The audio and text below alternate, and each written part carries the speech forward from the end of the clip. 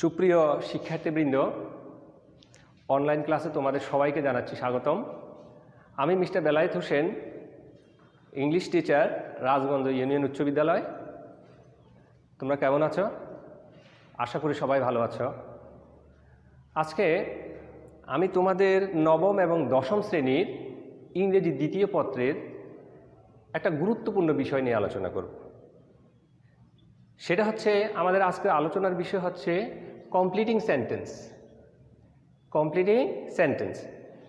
শিক্ষার্থী বন্ধুরা, তোমরা পরীক্ষার খাতায় এই বিষয়ে, এই কমপ্লিটিং সেন্টেন্সের অনেকেই ভুল করো। কেন ভুল করো? আসলে ভুল করার পিছনের যে মূল কারণ সেটা হচ্ছে তোমরা নিয়ম মেনে সেন্টেন্সগুলোকে তোমরা কমপ্লিট করো না। এখানে তোমাদেরকে সেন্টেন্সের একটা অংশ দিয়ে দেওয়া হবে, বাকি অংশটা তোমরা লিখতে হবে অ্যাকর্ডিং টু দ্য রুলস, অর্থাৎ রুল অনুযায়ী তোমাদেরকে লিখতে হবে। তাহলে শিক্ষার্থী বন্ধুরা, আমরা আমাদের মূল আলোচনায় ফিরে যাই। তোমরা দেখো, আমি এখানে কতগুলো সেন্টেন্সের একটা অংশ লিখেছি। প্রত্যেকটা সেন্টেন্সের একটা অংশ লিখেছি। পরের অংশটা আমরা লিখব। পূর্বের অংশের অর্থ অনুযায়ী আমাদেরকে পরের অংশটা লিখতে হবে এবং অবশ্যই গ্রামার মেনেই লিখতে হবে। রুল অনুযায়ী আমাদেরকে সেটা লিখতে হবে। তোমরা প্রথমেই দেখো, আমি লিখেছি এখানে ইট ইজ লং টাইম সিন্স।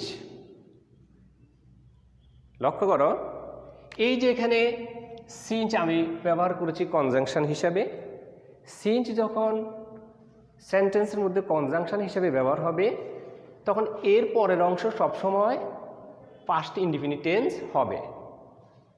শিক্ষার্থী বন্ধুরা, আমি আবার বলছি, সিন্স যখন সেন্টেন্সে কনজাংশন হিসেবে ব্যবহার হবে, তখন এর পরের অংশ অবশ্যই সেটা পাস্ট ইনডিফিনিট টেন্স হবে। তাহলে তোমরা লক্ষ্য করো, it is long time since I saw you. অর্থাৎ আমি তোমাকে দেখেছি অনেক দিন হয়ে গেছে। আশা করি তোমরা সেন্টেন্সটা বুঝতে পেরেছ। এরকম অনেকগুলো উদাহরণ তোমাদের বইতে দেওয়া আছে, তোমরা ভাষায় চেষ্টা করবে। বাকিগুলো আমি একটা করে তোমাদেরকে বুঝিয়ে দিলাম। তোমরা পরের অংশটা দেখো, পরের সেন্টেন্সটা দেখো কি বলেছে, 5 years have passed since। শিক্ষার্থী বন্ধুরা, এখানেও সিন্স দেওয়া আছে। দেখো, আগের অংশ যে টেন্সই থাকুক না কেন, সিন্সের পরের অংশ পাস্ট ইনডিফিনিট টেন্স হবে। তাহলে আমি কি লিখব? 5 years have passed since আমি এখানে লিখলাম আই মেট ইউ। আমি এখানে এটাকে এভাবে লিখলাম, তোমার সাথে সাক্ষাৎ করেছি আমার 5 বছর অতিবাহিত হয়েছে।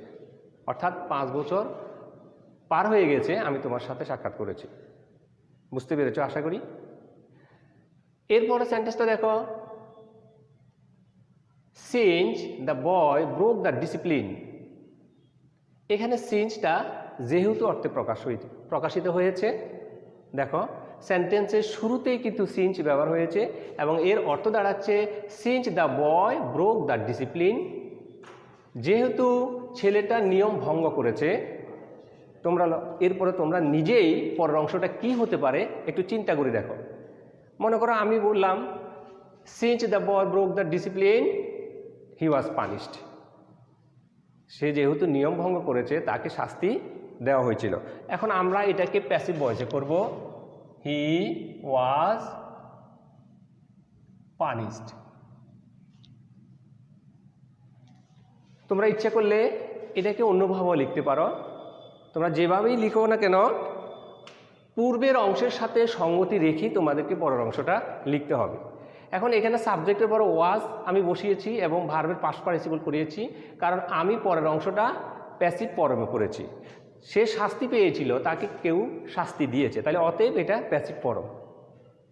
ওকে, এরপর দেখো number 4, since the weather was very cold. শিক্ষার্থী বন্ধুরা, এখানেও সিন্স প্রথমে বসেছে এবং যেহেতু অর্থ প্রকাশিত হয়েছে। এখানে বলা হচ্ছে since the weather was very cold, যেহেতু আবহাওয়া খুব ঠান্ডা ছিল। এখন পরের অংশটা তোমাদেরকে ভাবতে হবে যে পরের অংশটা কিভাবে লেখা যায় প্রথম অংশের সাথে সঙ্গতি রেখে। তাহলে যেহেতু আবহাওয়া খুব ঠান্ডা ছিল, এমন হতে পারে আমি সেজন্য গরম কাপড় পরিধান করেছিলাম। আমি আমার মতো করে বললাম। তাহলে আমি এখানে লিখতে পারি I put on warm clothes. Warm cloth আমি লিখলাম আমার মতো করে লিখেছি। তোমরা যে এইভাবে লিখবে এমন নয়, তোমরা তোমাদের মতো করেও লিখতে পারো, এভাবে লিখতে পারো। শুধু সেন্টেন্সটাকে তোমরা কমপ্লিট করবে এবং পুরোপুরি যাতে একটা অর্থ প্রকাশিত হয় সেইভাবে তোমরা সেন্টেন্সটাকে কমপ্লিট করবে। এরপর লক্ষ্য করো 5 নং, ইট ইজ হাই টাইম। এরপর আমি আর কিছু লিখলাম না। তাহলে যখন তুমি দেখবে সেন্টেন্সের প্রথম অংশে it is high time, it is time এরকম দেওয়া থাকবে, তখন তোমাদেরকে লিখতে হবে পরের অংশটা অবশ্যই পাস্ট ইনডিফিনিট টেন্স। পরের অংশটা পাস্ট ইনডিফিনিট টেন্স তোমাদেরকে লিখতে হবে। তাহলে ইট ইজ হাই টাইম, আমি পরের অংশটা এভাবে লিখলাম we changed our bad habits. আমি আমার মতো করে লিখেছি ইট ইজ হাই টাইম। দেখো তোমরা পরের অংশটা সাবজেক্ট ভার্বের ফার্স্ট ফর্ম এবং পরের অংশ, তাহলে এটা ফার্স্ট ইনডিফিনিট ফর্ম। মনে রাখবে ইট ইজ হাই টাইমের পরের অংশ ফার্স্ট ইনডিফিনিট টেন্সে হয়। তোমরা যখনই দেখবে প্রশ্নের মধ্যে ইট ইজ হাই টাইম দিয়ে ছেড়ে দেওয়া হয়েছে, তখন তোমরা পরের অংশটা ফার্স্ট ইনডিফিনিট টেন্সে তোমরা করে ফেলবে তোমাদের মতো করে। কেমন? এরপরে আমরা পরের সেন্টেন্সের যাই। দেখো এখানে 6 নং দেওয়া আছে সেন্টেন্সের মধ্যে, আনলেস ইউ স্টাডি অ্যাটেন্টিভলি। শিক্ষার্থী বন্ধুরা, সেন্টেন্স যদি আমরা প্রথম ক্লজটা আনলেস দিয়ে আমরা শুরু করি, পরের অংশটা অবশ্যই তোমাদেরকে নেগেটিভ করতে হবে। দেখো আনলেস ইউ স্টাডি অ্যাটেন্টিভলি, তোমরা যদি মনোযোগ দিয়ে না পড়ো বা তুমি যদি মনোযোগ দিয়ে না পড়ো তাহলে কি হতে পারে, you will not do well in the examination. তাহলে পরের অংশটা এটা হতে পারে তোমরা পরীক্ষায় বা তুমি পরীক্ষায় ভালো করবে না। লক্ষ্য করো you will not do well in the exam. প্রিয় শিক্ষার্থীবৃন্দ, তোমরা আশা করি বুঝতে পেরেছ প্রথম অংশে আনলেস প্রথম ক্লজে, দ্বিতীয় ক্লজটা অর্থাৎ প্রিন্সিপাল ক্লজটা অবশ্যই সেখানে তোমাদেরকে কি লিখতে হবে, নেগেটিভ করতে হবে যদি আনলেস দিয়ে শুরু হয়। এই হচ্ছে কমপ্লিটিং সেন্টেন্সের নিয়মগুলো। এই নিয়মগুলো মেনেই তোমাদেরকে সেন্টেন্স কমপ্লিট করতে হবে। আশা করি বুঝতে পেরেছ। আমরা পরের অংশে যাই। দেখো এখানে দেওয়া আছে he ran fast so that. শিক্ষার্থী বন্ধুরা, এখানে so that conjunction. So that যখন কনজাংশন হিসেবে ব্যবহার করা হয় এবং সো দ্যাট দিয়া যদি উদ্দেশ্য বোঝায়, তখন তোমাদের কি লিখতে হবে, তোমরা লক্ষ্য করো সো দ্যাটের পরে সাবজেক্ট বসবে, সাবজেক্টের পরে পূর্বের অংশের অর্থ অনুযায়ী ভার্ব অনুযায়ী তোমাদেরকে ক্যান অথবা কুড লিখতে হবে। এরপর বাকি অংশ তোমরা লিখবে। এখন দেখো এখানে এই অংশটা আছে কি, ফার্স্ট টেন্সে আছে র্যান, তাহলে এইভাবে লিখতে হবে he ran fast so that he could catch the train. Catch the train. শিক্ষার্থী বন্ধুরা, এরপর তোমরা লক্ষ্য করো আমি লিখেছি ওয়াক ফাস্ট লিস্ট। এখানে এই কনজাংশন লিস্ট, এরপরে তোমাদেরকে লিখতে হবে সাবজেক্ট, এরপরে শুড, এরপর মূল ভার্বের প্রেজেন্ট ফর্ম, বাকি অংশ। দেখো walk fast lest, you subject, এরপরে শুড, এরপরে মূল ভার্বের present form miss the train. তোমরা যখনই দেখবে লিস্ট কথা আছে, এরপরের অংশ তোমাদেরকে লিখতে হবে সাবজেক্ট, শুড, এরপর হচ্ছে ভার্বের প্রেজেন্ট ফর্ম, বাকি অংশ। তাহলে walk fast lest, you should miss the train. এরপর লক্ষ্য করো পরেরটা we left hostel. We left hostel, এই অংশটা আছে ফার্স্ট ইনডিফিনিট টেন্সে। তোমরা ফার্স্ট পারফেক্ট টেন্সের রুল তোমরা জানো যে সেখানে আমরা যখন আফটার দিয়ে যুক্ত করি তখন আগের অংশটা হয় ফার্স্ট ইনডিফিনিট এবং আফটারের পরের অংশটা হয় পাস্ট পারফেক্ট। তাহলে দেখো we left hostel after we had completed hour exam. শিক্ষার্থী বন্ধুরা তাহলে দেখো এটা পাস্ট পারফেক্ট টেন্সের মধ্যে পড়ে। আফটারের আগের অংশ পাস্ট ইনডিফিনিট, পরের অংশ পাস্ট পারফেক্ট। কীভাবে বুঝলাম? দেখো সাবজেক্টের পরে হ্যাড, মূল ভার্বের ফার্স্ট পার্টিসিপল ফর্ম, বাকি অংশ। তারপর দেখো পরের সেন্টেন্সটা হি স্পিক্স অ্যাজ ইফ। তোমরা যখন দেখবে সেন্টেন্সের মধ্যে as though, as if, I wish এগুলো থাকবে তখন তোমাদেরকে লিখতে হবে কি সাবজেক্ট, এরপরে তোমাদেরকে লিখতে হবে to be verb were, he speaks as if he were a man. আর যখন তোমরা এখানে মূল ভার্ব লিখবে তখন অবশ্যই মূল ভার্বটার ফার্স্ট ফর্ম করবে। শিক্ষার্থী বন্ধুরা আমি আবার বলি he speaks as if he were a man. কেমন? এরপর পরেরটা দেখো no sooner had I reach to school. এখানে নো সুনার হ্যাড দিয়ে বাক্য শুরু হয়েছে, তখন তোমাদেরকে এখানে লিখতে হবে দেন। এরপর দেখো no sooner had I reach to school then the bell rang. দেনের পরে পাস্ট ইনডিফিনিট টেন্স হবে। নো সুনার হ্যাড দিয়ে যখন সেন্টেন্স শুরু হবে এরপর তোমাদেরকে এখানে দেন লিখতে হবে এবং এর পরের অংশটা হবে past indefinite tense. Scarcely had he reached that station.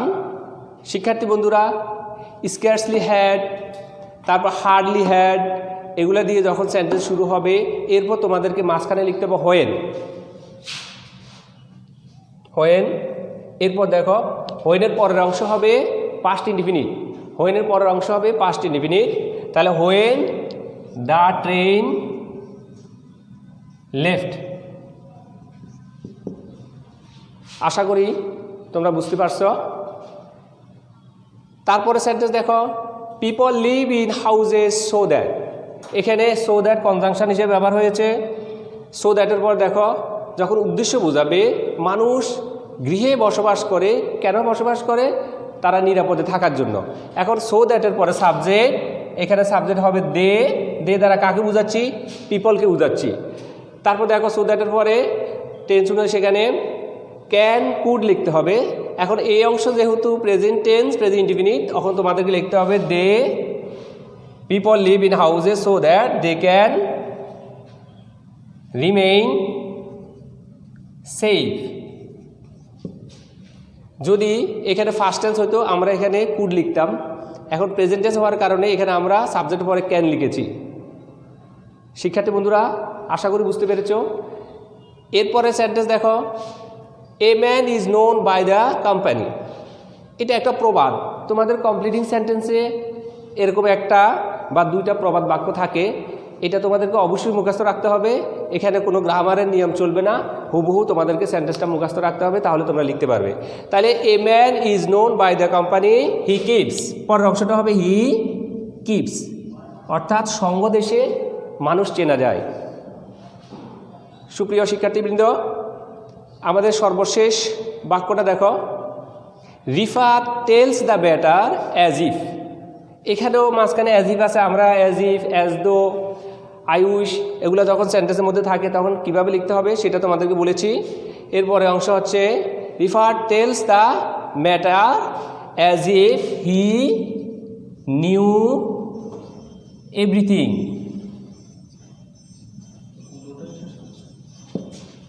এই দেখো আমি ফার্স্ট টেন্স লিখেছি, পর অংশ ফার্স্ট ফর্ম।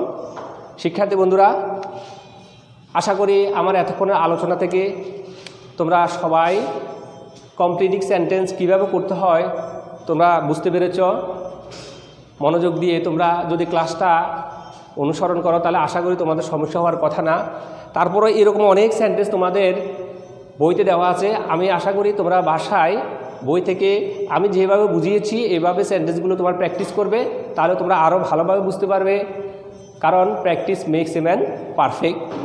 আমি সর্বশেষে তোমাদের সুস্বাস্থ্য কামনা করে আমার আজকের আলোচনা এখানে শেষ করছি। তোমরা ভালো থেকো, সুস্থ থেকো, খোদা হাফেজ।